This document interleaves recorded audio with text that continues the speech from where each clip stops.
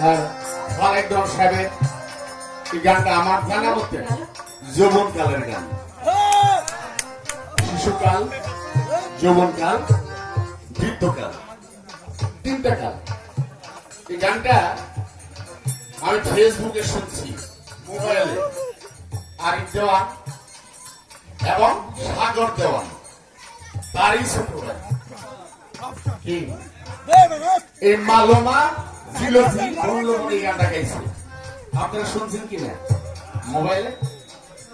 আমি একটা স্টেজে বলছিলাম সাগর তোমার গাইছে গানটারে বিতৃষ্ণা করা আরিফ দেওয়ানের পক্ষে ঠিক হয়নি। সামনাসামনি বলছি কেন এই গানটা যে কি মূল্য